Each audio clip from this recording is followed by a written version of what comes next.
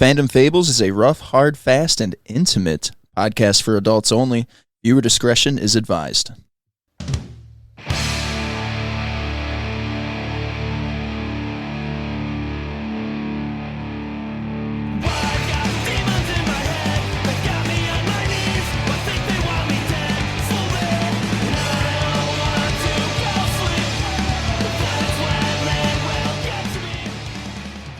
Welcome, adventurers, to a new episode of Fandom Fables. We are your hosts. I'm Caleb.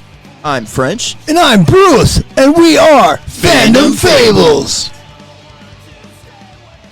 All right, we are here back in the back room for episode 2 of the hopefully hit podcast, Fandom Fables. Last week we discussed a possibility for episode 2, and we thought it'd be a good idea to touch base and defend the honor of the losers, the unspoken, the people that don't really get enough tension, movies that kind of get swept under the rug, and that is the B factor today. We are going to discuss all things B-listers. Now, every person was quested to pick 3 things from popular culture. Well, I guess not unpopular culture, I guess I should say. And we're just gonna start right off the rip here. French, if you want to go ahead and kind of go through your choices, and then we can kind of discuss it afterward here. Absolutely. I just want to start this off with saying niche and niche are both the acceptable pronunciations of the word.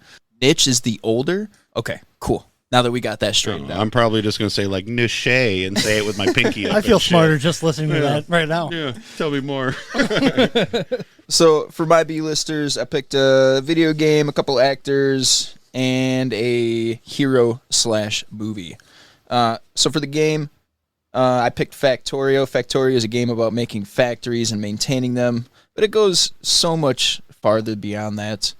It's a very niche game that's not for everybody, and I like to call it a big brain game.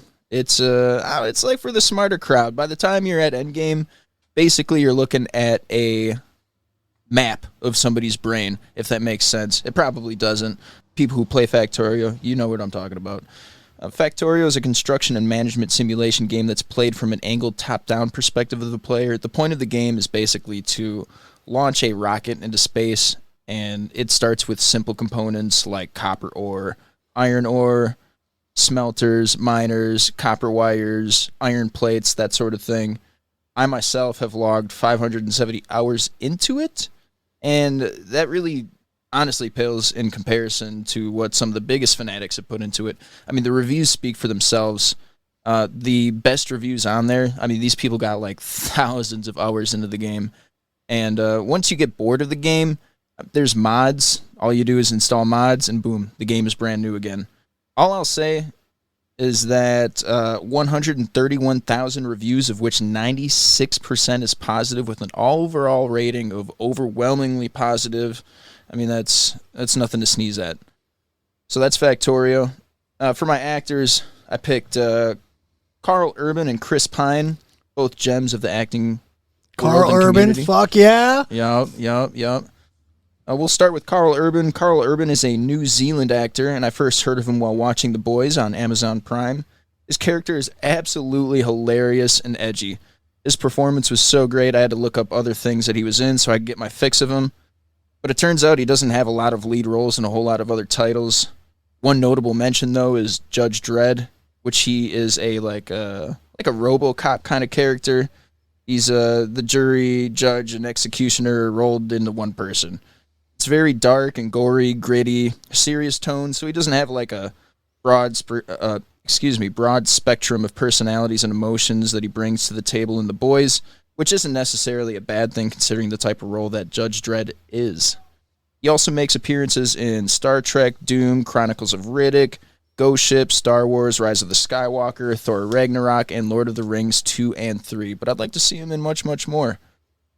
The fact that Carl Urban is an anti-hero bringing down the heroes as a profession in the comic book turns me so on good. so much. It's I'm so happy fucking with your good. choice, dude. It's so awesome. Keep Listeners, going, my if, bad. if you I just had to haven't say if you that. haven't watched The Boys yet, please give it a shot. It is so fucking Man, good. I'm gonna have to say my favorite role he was in was Thor, dude, where he's got Des and Troy from Texas, and he's just got them two machine guns, and he's like fighting off Norse gods and shit with Texas assault rifles. Like, man, You know how in the last episode I basically said, I'm not into lore that much or whatever. The last Marvel movie I've actually seen was probably like Iron Man 2, and then I skipped the next 25 movies right into what is it called? Endgame. Right into Endgame. So I had absolutely no fucking context. well, you of did what that was with going on there. Stranger Things too. You watched the last season and then watched them in reverse, and I was like, I mean, yeah, that's cool. You're just a story jumper overall, even with the Diablo non-campaign play. Next is Chris Pine. I should say I rediscovered Chris Pine because the first thing I saw him in was a zombie apocalypse type movie called Carriers. Anyway, the most recent thing I saw him in was in the Dungeons and Dragons Honor Among Thieves movie. I'm not going to sit here and tell you it's the greatest movie I ever saw or it's like the most hilarious thing since a James Franco and Seth Rogen film. But his appearance in that movie and performance overall made it absolutely brilliant. He was the glue that held it all together, in my opinion. And not to mention, he's a pretty handsome dude. I don't have to ask Nothing your wrong with permission. Yeah. Well, wait a minute. Even when he was like, playing the song to distract, and then like the spell was starting to my get all fucked God, up, and he I was like fucking lost molding my into shit. whatever, dude. I feel like that is the great. epitome of half of our D&D I was interaction. crying in the movie theater when that part came up. I was literally in tears. I was the only guy laughing, like, afterward, after everybody was done laughing at that part. Oh, and it was like I one of couldn't those contain it. obnoxious laughs too, just like the bah! It was so great. Like, I love when you finally get into movies like that, and it's just like such a genuine laughter that it's like you're not trying to be off the wall. You just like genuinely think it's just the funniest fucking thing you've heard all day, which is sweet. Like I said earlier, the first thing I saw him in was a zombie apocalypse movie called Carriers. Came out in 2009. So if you didn't see it, I wouldn't be surprised because there's a copious amount of TV shows and movies that sprouted from that time period, like Walking Dead, Quarantine, Zombieland, World War Z, 28 Days Later, so on and so forth. Blah blah blah blah blah. He also started Star Trek movies with Carl Urban. I didn't get a chance to watch any of those or see any of those. There's like 3 of them or something like that. It's actually pretty good, man. I would definitely give him a shot. The relationship between Carl Urban and Chris Pine in those movies is fucking hilarious. And I didn't know they were even in a movie together. I didn't even know that. I was like, no shit. 2 guys I picked, and they both happen to star, not just be in, but star in that Star Trek movie, which I thought was pretty cool. So I got to ask, French, what made you choose Factorio as your game B rate? Because nobody's ever fucking heard of it. Nobody's like, I say Factorio, and people are like, "What's that?" And, it's like I haven't bumped into anyone that's like, "Oh yeah, I've played Factorio. That's a great game." I know It's what usually that like game is. Satisfactory. I know what it is just because when I look to see who my homies are online on Discord, it says French Factoria, and I'm like, hey, what is this? And I'll hop in your Discord or wherever you at and watch you play, and it looks cool, but it's definitely one of those games I feel like you said, like it's complicated, It is. It's complex, man, and it's no joke. Like I said, I call it a big brain game. It's not for the feeble-minded. Nice.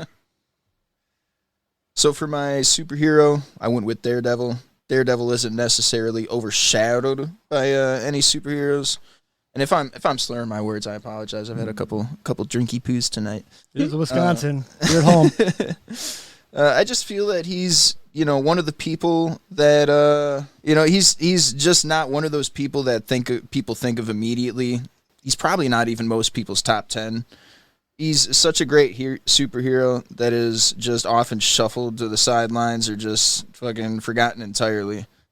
What I like most about Daredevil is the fact that he lives this dual lifestyle of being a superhero at night who basically takes down all of the criminals, specifically the criminals that took down his father. So he avenges his father by taking down these criminals. And, I forget if he like kills him or kind of just like does it Batman style where he just leaves him unconscious or whatever to commit more crimes later. Yeah. Right. But during the daytime he's this lawyer, and you know, during the day he puts criminals behind bars. So he's working 24/7. Yeah. Like, look at Superman. The guy's just a journalist.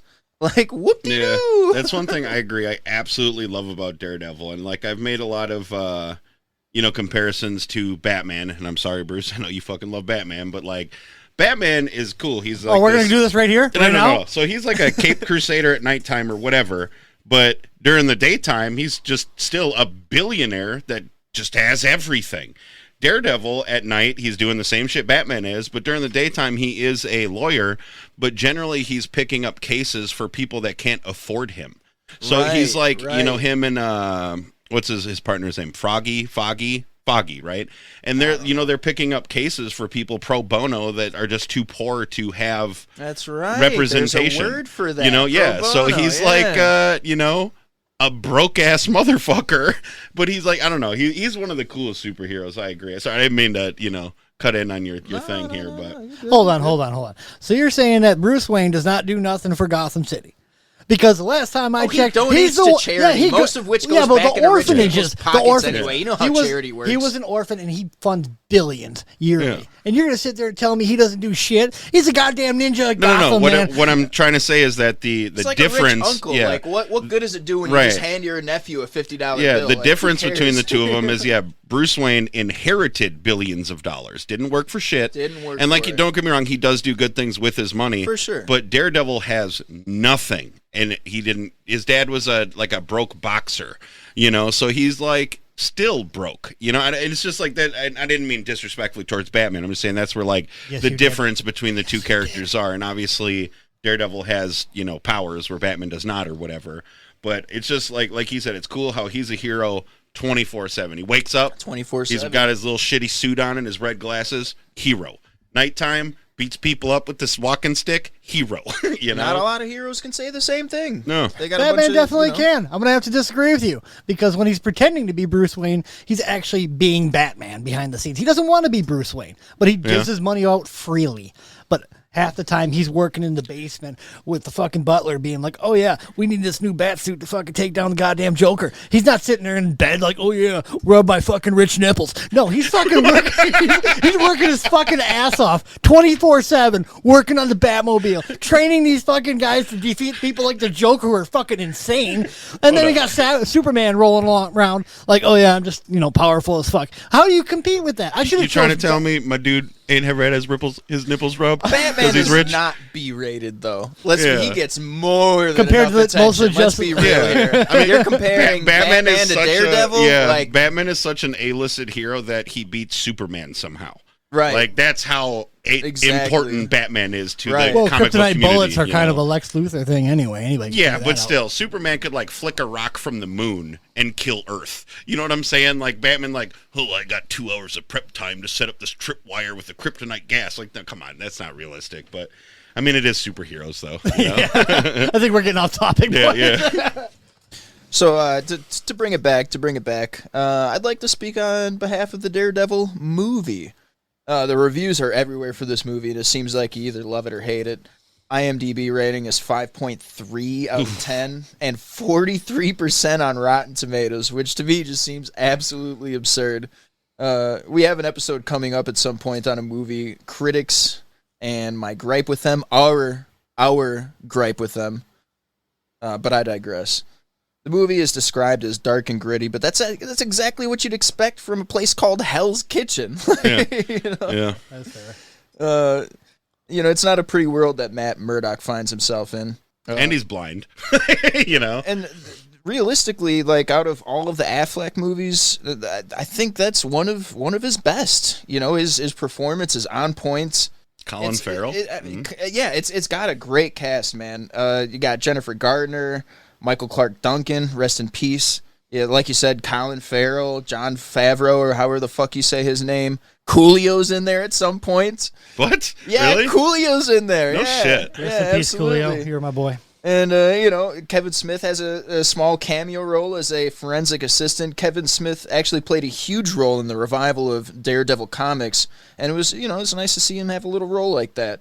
Screenplay was written and directed by Mark Steven Johnson, who is responsible for movies like Grumpy Old Men and Ghost Rider. I looked him up. He actually doesn't have a lot of shit going for him. It's literally just Grumpy Old Men and Ghost Rider. There's a couple other flicks in there, but I've never fucking heard Ghost of them. Rider, but Grumpy Old Men, those movies are working goddamn hard, dude. Grumpier old men. Yeah.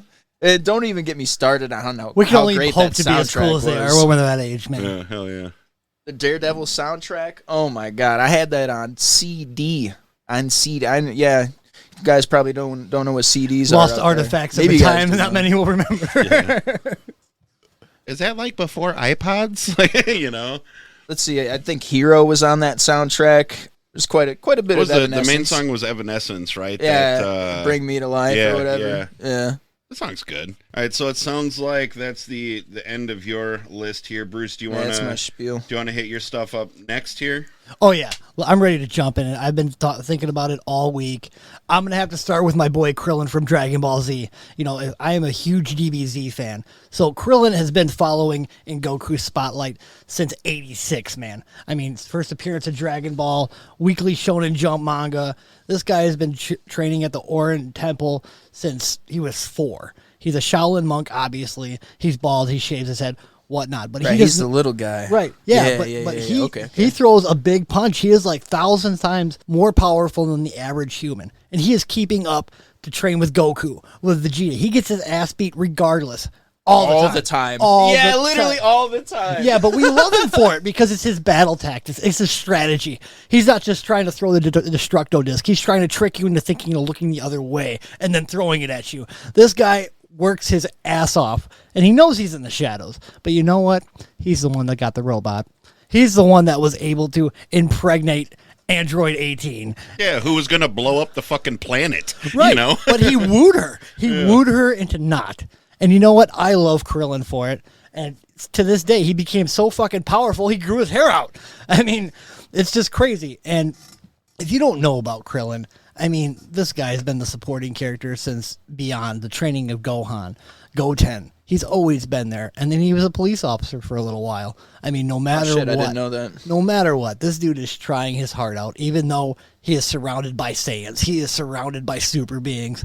But this dude just keeps going on. I got to give credit to my boy fucking Krillin, man. He is a B-rate hero that deserves it. Man, that's such a good pick, bro. That is a good pick. What a wonderful pick. Because he's definitely like he's always there. He's always fighting all the important battles. But you have like, two Superman-esque characters where they just have all the fucking powers. Right. But he's like a regular dude, but like, I don't remember who the one who made, is Toriyama? Is that who writes Dragon Ball? But, they said that out of all the humans, he is supposed to be the strongest human, which is kind of crazy because, like, none of the humans have, like, flying or, laser beams or none of that shit. But this 3.5 foot tall bald dude with no nose is, like, shooting laser beams and flying through the air at thousands of miles an hour, like, with these aliens that clearly have an advantage because they're aliens, And that's, I think, what I enjoy about this character the most is that, like, he knows he's outclassed, but he's like smarter than all of these guys, and he can keep up because of it. Well, that and when Goku and Vegeta go down, guess who always has the senzu beans in his fucking pocket? He's always like, "Hey man, I got you, dog.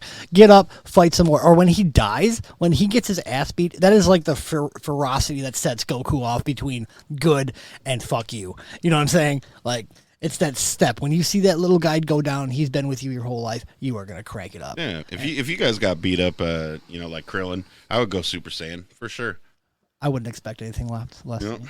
So for my second one, I'm going to have to, with the Mario movie coming out, I loved it, by the way. It was fucking awesome. Jack Black killed it. But so good. So many good references. But I'm going to have to go with Luigi. This dude does not get enough credit. I mean, Mario's out there like, hey, bro, we got to go save this princess that I'm trying to, lay the smack down with. Can you come and fight this fire-breathing dinosaur with me? And he's always like, yeah, dude, I'll help turn the wrenches. I'll go in that haunted mansion. I'll fucking work my ass off. What do you get? Nothing. What's he get? He gets a commercial on the Mario Brothers. I mean, his brother is like, we got to go down these pipes. We got to do all this, and he's just like, all right, man, I got you. He is the epitome of what I could hope for in any brotherhood. Yeah, no kidding. Yeah, he's eating the mushrooms with him.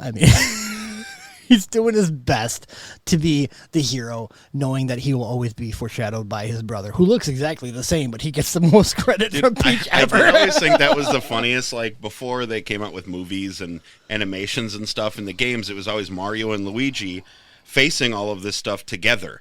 And then Peach would be like, hey, just run past Luigi right to Mario. And Luigi's like, I fucking help too, motherfucker. Right? He's got his hands out waiting for a hug. Yeah, He just gonna like, walk past. You know, it's like in Star Wars where they like gave everyone the medal besides Chewbacca, like something like that, I always picked Luigi in Super Smash Brothers in Mario Kart just because of that reason. I shit you not. When I picked up Mario Kart, it was Luigi because I felt bad for the dude. Yeah. And you know what? Nowadays, he's getting stuck in mansions by himself. It's haunted as shit. He's scared as fuck. And where's his brother? His brother's off saving the princess, not trying to help his little brother out. Dude's got to figure that shit out for himself. So kudos to Luigi. You're my boy.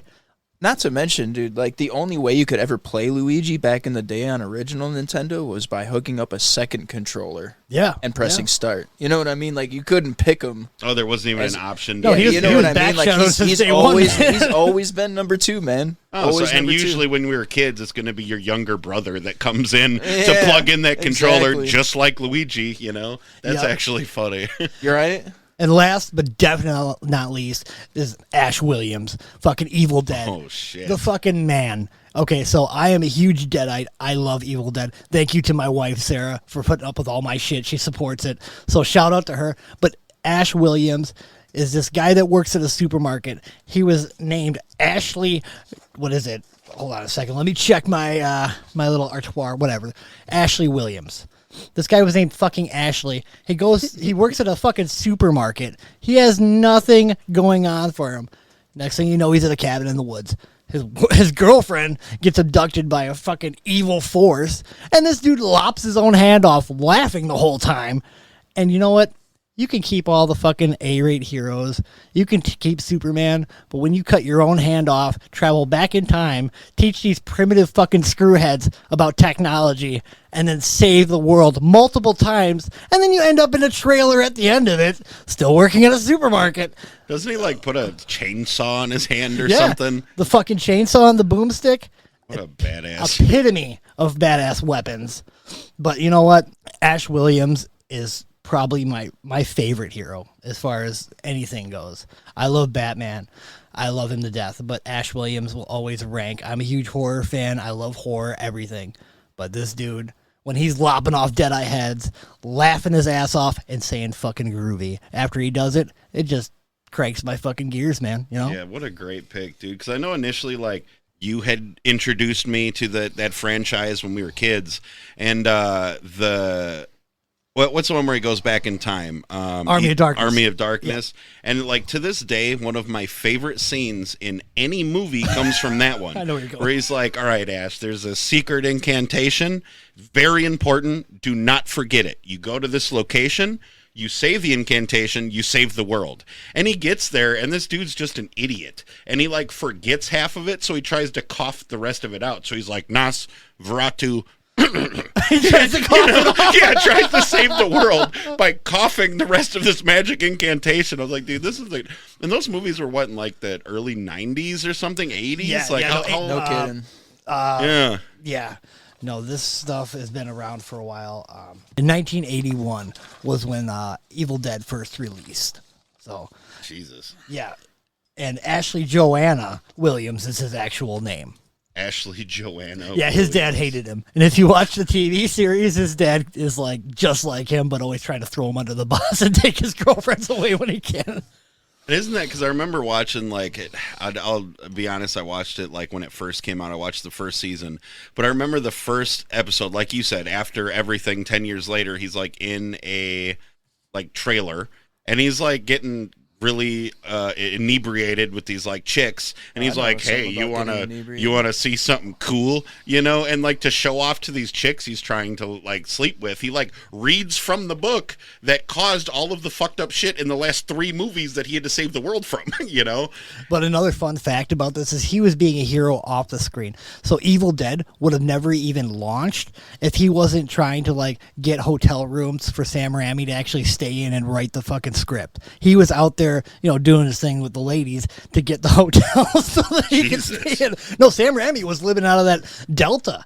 Like, he was actually trying to make this script. Before they got big, it was just them traveling around trying to make something happen.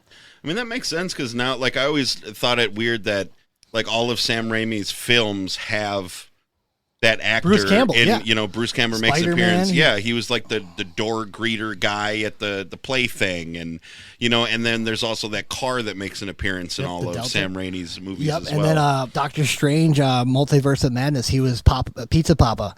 Yeah, who he made him, like, slap himself in the face or whatever. And if you noticed it, he does the exact same punching motion that he does when the hand takes over in Evil Dead. It's a cool fact. Oh, no shit. I Yeah, didn't check it even out. know If you that. haven't seen the Evil Dead series, where have you been living, man? Get out from under that rock. Check out Evil Dead and Army Darkness. You won't regret it. I Damn, promise. sounds you. like I got to get out from underneath my rock. Shit. Dude, I would advise the old ones, though. Like, I don't... Evil Dead 2 is my fave. Dude, like the newer ones, like the remake of Evil Dead, because like before, I know it takes place in a category of horror, but like in my mind, they've been like cult classic comedy movies, Yeah, like cheesy fucking 80s yeah, but special like effects, every for sure. remake, I think they've had 2 now, right? One that just recently came out in the last year or so, Evil Dead Rise. Just, and then the one before, and both of them were just like gruesome as shit. Like, Yeah. I didn't really. I care think they were for just either trying to of them. appeal the audience. I mean, they have the cameos for the chainsaws in each of them. But Yeah. you're right. It was that corny, 80s comedy horror that everyone loved. Yeah. I mean, like, was it Killer Clowns from Outer Space? It was funny, Right. But it was messed up, Because me and my girlfriend Amanda, we watched like the most recent one, and I'm very squeamish with horror movies. Like, I am a complete bitch when it comes to scary movies. I love it when you I'm say not that even gonna every fucking time. lie. Like, dude, we'll go see a scary movie, and I'm like underneath the blanket and shit, and she's like, "I'll Scary protect you." movies aren't even you know? scary anymore. Dude, to me, No. I have panic attacks and shit.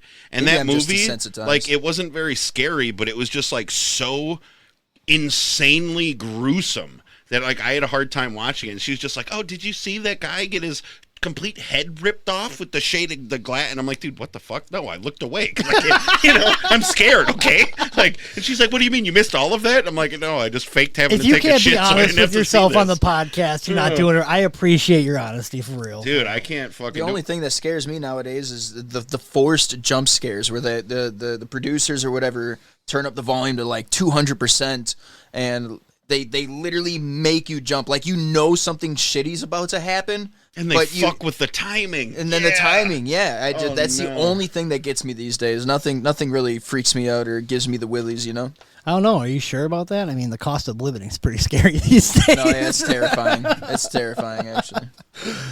But what do you got, Caleb? Let's see. I want to hear it, man. Man, I don't know. Like, I don't even want to tell you guys. Like, your lists were pretty good, and mine are just like not. But I kind of wanted to hop around different genres of stuff. Ironically enough, mine was also a similar-ish game to French's. I picked Project Zomboid. I don't know if any of you get. Well, actually, I know French has played it a whole bunch. Bruce, yeah. you just recently got it, and you Yeah, dabble in it I've been sometimes. But like that game. Hey, don't forget Tech Guy. He's pointing over at himself. Oh yeah, I'm getting there. So Project Zomboid is I don't even remember. I was just like scrolling around YouTube one time, and I'm like a sucker for games where you have to do like meticulous farming and shit, and like build crap and all that kind of stuff. So this game is it's an indie game, British and Canadian independent developers by Indie Stone. Where it looks like a 20-year-old game. It looks, I'm not gonna lie, it looks like complete dog shit. And that's what I love about it, because this game has so much content in it that it's almost like you have to do things in real life. I get off work, I'm like, dude, I'm so excited to play the game. And then I go to Project Zomboid, it's like, my fucking shirt's wet. I gotta go dry it in the washer and dryer, because you do that shit in that game. There's like, it's crazy, because it's basically the premise is the game starts and it says, this is how you died. So it's like you're not even meant to live in that game. It knows at some point you're dying all about to something. getting up to that point in the story that the game tells getting there. Yeah. But the realism is just awesome. I mean, you are required to get every item and every fucking like you have to break into buildings. You like you said earlier, you have to pull the fucking steak knife out of your best friend who died next to you to use it for a She's like, I don't tool. have a weapon, so I'm going to shove this zombie over and step on his head so I can take the butter knife out of his face so I can kill the other guy, you know? And it's just, I don't know, the game is so much fun. And, you know, Tech Guy, I talked him into getting it. I actually bought it for him because he buys me shit all the time. And I was like, ha, I got something that he doesn't have, so I bought it, you know? And we've been playing the shit out of it. And it's like, everything that game doesn't have, a modder has created for it, whether it be like different vehicles or you know, different weapon types, because like that game is so in depth that you have to, you know, change your clothes, you have to work out to become more physically fit so you can carry more shit in your backpack. There's skills for like electricity, so you can disassemble electric stuff to like put electricity stuff together in your house. Not to mention the cars and shit. Yeah, the you car can be a is mechanic. a whole different It's level crazy. of the game. Oh, and you know, they have noise mechanics too with the zombies. So so like if you make too much noise, zombies will come to you. So every time I play with Eric, I'm a very sneaky player. I like to get in and out. Who's Eric? Oh yeah, Tech Guy. I don't know who Eric is either. And I'm like, all right, we got to get in this building. We're going to sneak through the window, or, you know, we're not going to attract any zombies. And all of a sudden you hear, and like a bunch of shotgun blasts because he like flipped the siren on the truck and fired his shotgun. So now we have like 1,000 zombies coming at us from every direction, and he dies right away. So now it's just me like, and then he comes back and we eventually kill all of them. Then he's, you know, at the end of all of it, he was like, oh, now I know why you said to be quiet. I was like, yeah, dude. I think he's just challenging your like gamer ability. He's testing you. Probably. But he just likes shooting guns and shit, you know, which is understandable. My second choice, I had a bunch of different movies I was really going towards, but the one that stood out for me the most was the movie The Watchmen. Do you guys remember that film? Yeah, dude. Oh, I watched it once a long time ago. Well, you watched The Watchmen. That's all that matters. Yeah, I mean, I never read the graphic novels or the books or none of that. I've only seen the film. Right, that's what it's famous for, kind of like Walking Dead, right? Yes. So the movie came out in 2009, and in my opinion was, to this day, still one of the best superhero films ever made. Agreed. It's like, you know, it's kind of dark and gritty. Gritty, yeah, I remember that. Pretty gory. Yeah, and it's like a hero group that have, like, they were heroes, but they kind of got pushed to the side by humanity. The politics. You know, yes, exactly. Politics. And most of them don't have any powers. There is the Asmodeus, that guy, he had like a high level intellect and he was a little bit stronger, but then there was, you know, the GOAT, Dr. Manhattan, who is arguably the strongest being in DC universe ever. After Batman. What the fuck? No. And just like some of the characters they had, and you know, they had like Jeffrey Dean Morgan in that movie as the comedian. I mean, he was definitely like a, you know, kind of a side character that didn't get a lot of screen time. But my favorite character was Rorschach. Rorschach? Yeah. Fuck yeah. Like, Dude. and he had that cool Rorschach mask, which was just like, you know, the Rorschach tests that like kept going. And he just had some like really cool quotes where he was just like such an asshole. But and he was I so loved it. unstable, but he was stable enough to be that hero. Kind of like Marv from Sin City. You know what I'm saying? He wanted to do good, but, you know, his issues upstairs was kind of preventing him from it.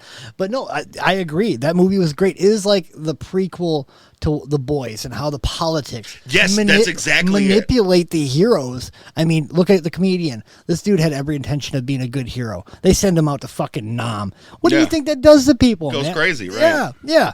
And I mean, over time, it tears at you. They're humans, and that was the breakthrough I think Alan Moore was trying to reach with that. Is it like, I'll admit the graphic novel is a tough read. It really is, because the dialogue is so long, but it depicts exactly what The Boys is showing on the screen.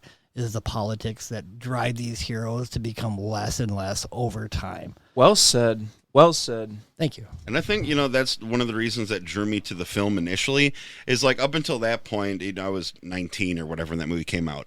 So all of like the superhero television stuff that we had prior to that was always like Superman, better than thou, like super just, and I'll do what's right always. And then we get this gritty film with like Bob Dylan music and shit, like the soundtrack was wonderful, and it's just like so gritty and raw that it felt like this is more realistic what a superhero world would feel like. Yeah. There'd be people that are trying to do the right thing, and all these rich cocksuckers that are, in the government, and they just like fuck everything up for everybody, and then the public opinion turned against these people that are just trying to help people, besides like you said, like the comedian who just like kind of went crazy because he's a normal dude thrust into unnormal situations that Corruption, he has to. Yeah, right? exactly. At the hero level, why wouldn't it be? I mean, it's everywhere else, right?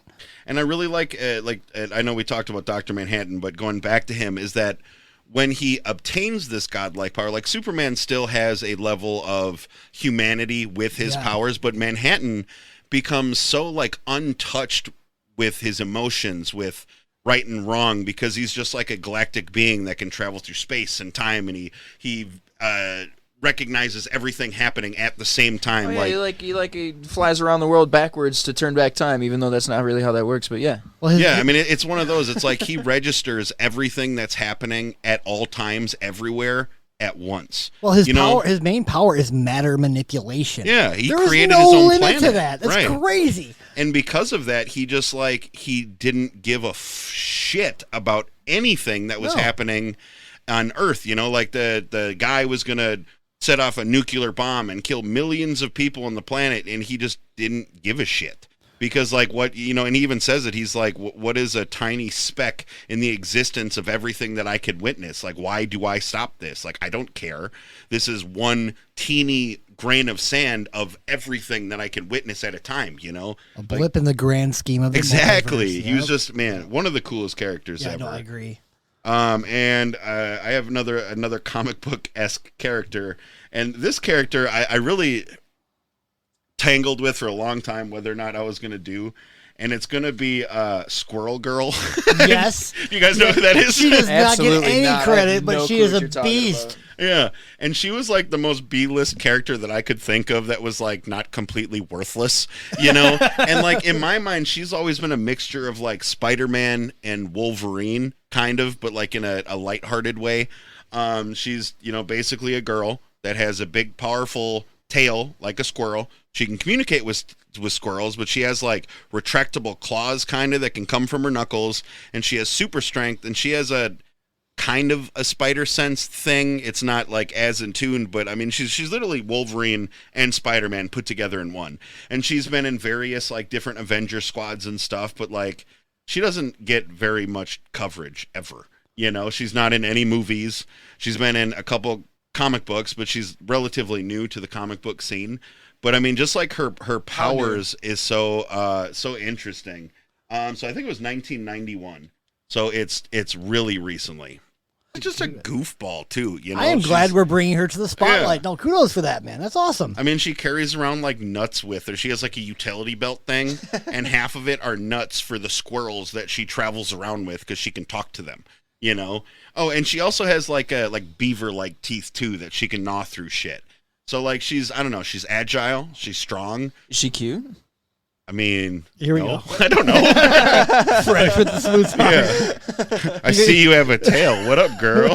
Licks the eyebrows and shit, No, he combs up the mustache. Yeah, today apparently I'm sad French because I didn't, French. I didn't do my mustache up or whatever. I didn't put any wax in it. I didn't curl it like a devious villain or whatever. It's so funny because we were trying to find ways with the kids to get them to better express their emotions, and we got these like squid plushies that like when you put it this way, it's a smile, and when you put it this way, it's not a smile. So when they're like upset, they can say like I'm upset. We'll just bring French around. Yeah. Display his mustache. What are you feeling today, kid? Oh, that's a frown for me, guy. I think we covered some awesome ground with bringing light to some of these heroes, man. I mean, these guys deserve the credit, and I think we had a very good range. I mean, from games to manga to comic books and movies. It's just awesome conversation, guys. Yeah, I agree. And I really struggled, man, because there's just so much like cool shit out there across all nerd culture that just doesn't get hardly any attention, so narrowing it down to just like 3 that I really wanted to discuss was like hard, super difficult. Yeah. Well, that's why we're here at Fandom Fables. We're here to give it to you raw. I mean, fast. Sometimes we use condoms. Yeah. Sometimes intimate. Yep. So it sounds like our lists were kind of similar, I guess, but I really enjoyed, I think between the two of you, Curlin was my favorite one from Bruce. And I really like Daredevil from you, man. Like, Daredevil's a cool-ass character, bro.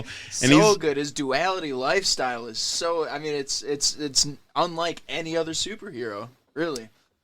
So I think we're going to start to wrap up today's episode. We got through all the content that we had planned. I know a lot of you have noticed we are fully launched now. We are across quite a few platforms, most notably Amazon Music, Spotify. So we'd really appreciate it if you'd get on your Facebook and toss a link out and just kind of let people know about us. We'd really enjoy it. Next week, I think we are going to be going into collector's addiction. So I hope you guys tune in for episode 3 and take care and have a good rest of your night. Peace out. Thanks, everybody. It's that time again. Time where we do our shout-outs or whatever.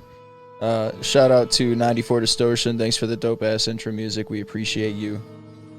Thanks. Soundtech guy, I was about to say his name. He prefers to go unnamed.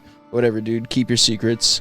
Thank you, Amanda, for handling our socials. We appreciate that. Shout out to our fellow heterosexual gaming affiliates, DVS Gaming and Cursed Gaming. If you like this episode, show us some love on our socials. We'd much appreciate that. We're on Facebook. You can find our episodes on iTunes, Spotify, a couple other things that I haven't really looked into. That's my fault, though.